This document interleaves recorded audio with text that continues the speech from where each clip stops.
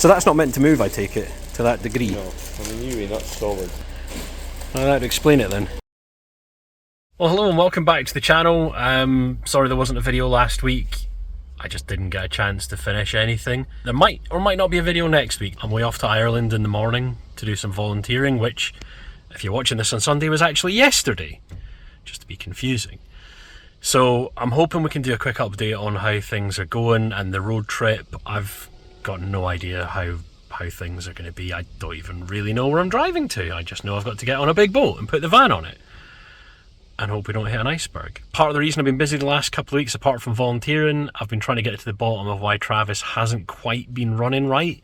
I did an update recently where I explained he does this kind of like a nightclub impression. He kind of splutters and he judders when I take my foot off the accelerator pedal. So I've been trying various things, but I think we might have found at least one of the reasons he's running like a sack of tatties. So far I've tried a few of the easy things, you know, fuel additives, swapping out the MAF sensor, a brand new diesel filter, and surprisingly enough, none of these have worked. Who'd have thought that quick fixes didn't actually achieve anything?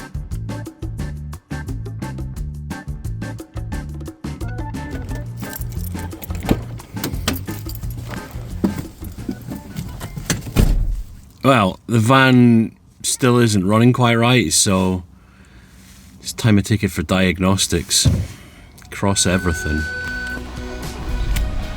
Now, I've said it before, I'm really fortunate in that my work are fine with me doing stuff to the van on my own time, but diagnostics, that's not my thing, and also the garage has been out the door lately, so I took it round to Lochside. They'd said, yeah, pop round, we can put the van in the diagnostics and have a look for you.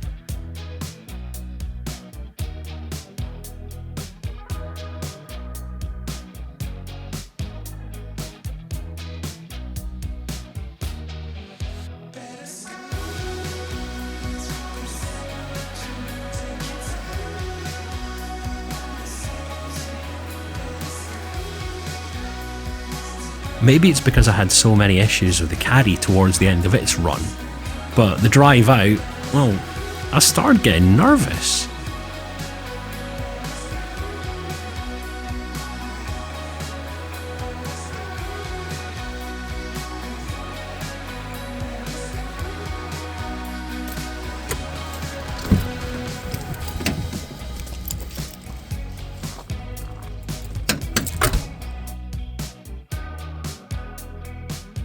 You know what, it doesn't feel like worrying is going to help me any here.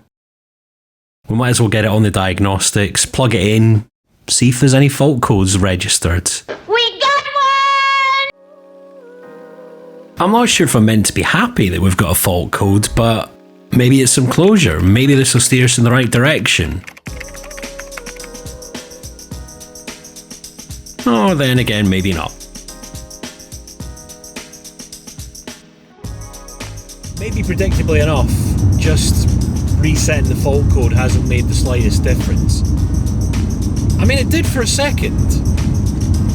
I managed to get from the garage to work without a single murmur.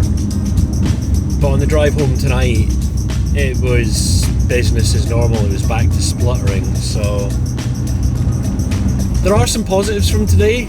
I mean, the error code's been deleted, so I don't know, that might make some difference. There's no fault with the injectors, there's no electrical fault with the EGR, there's the burble.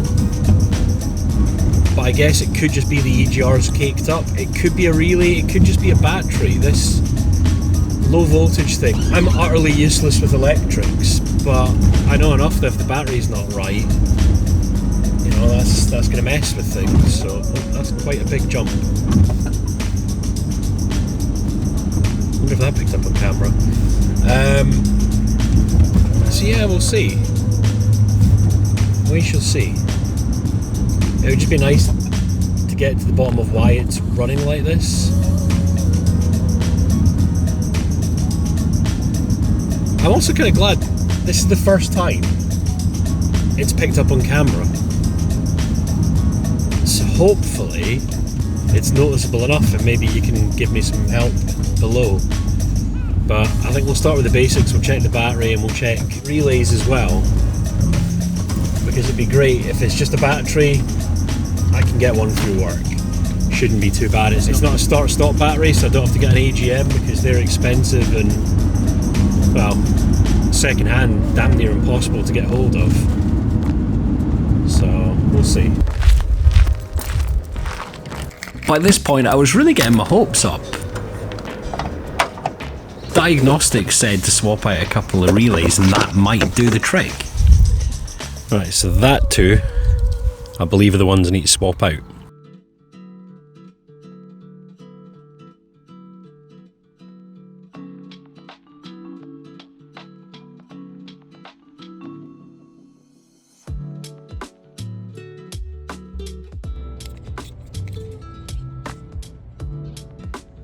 It's weird, the relays made a bit of difference, but it's still judders, though not as much as it was.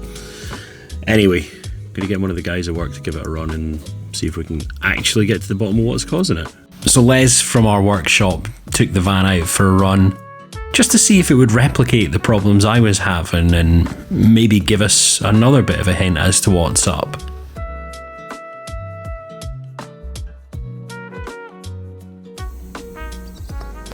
Overrun thing, and I think it's wrong at all. Okay. It was only did it once, Yeah. and it was out. But you have got your steady bar at the bottom of the engine is plunking, Okay. so it's I need that Okay.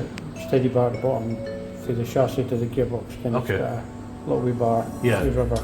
Okay. I felt that when Aye. you junk it, you get a clunk. Yeah. So that's why the noise is coming in. Yeah, so that's a noise.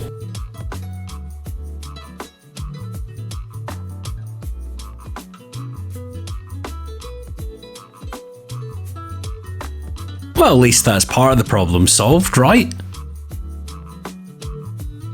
It's also quite an inexpensive fix. They're only about 30 quid on eBay.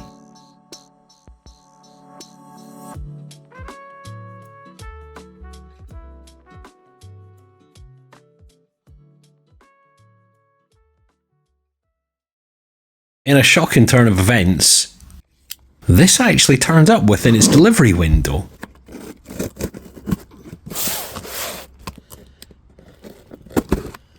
I'm possibly too excited about this, but... Well done, Every. Take a bow. You've finally delivered a parcel on time. It's here!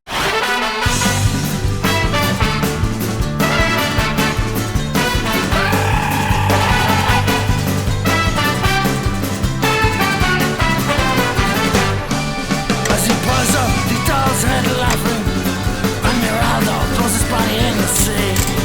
Oh, you rambling boys of pleasure, the ladies of easy leisure, we must say adios until we see Maria once again.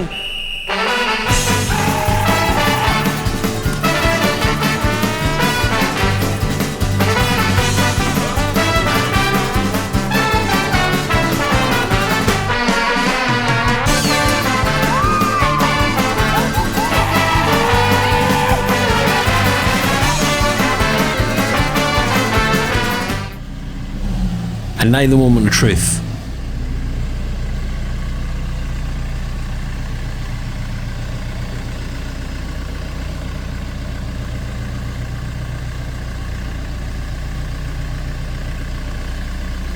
I'm crossing my fingers. Has it worked?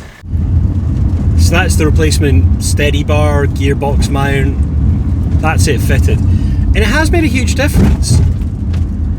It's not the only thing that was wrong. I still don't know why it's a bit spluttery, but at least that sort of jerking and the clunking noise has kind of eased off, so that's good. So in the words of Mr. Bon Jovi, we are halfway there.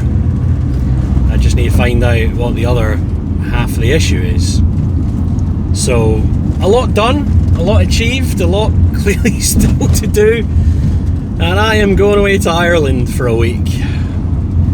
So that's where I'm going to leave things just now. Next up, well, it's going to be the drive to Ireland, which will be in a Ford Transit. Just not this one. Thanks for watching. See you soon.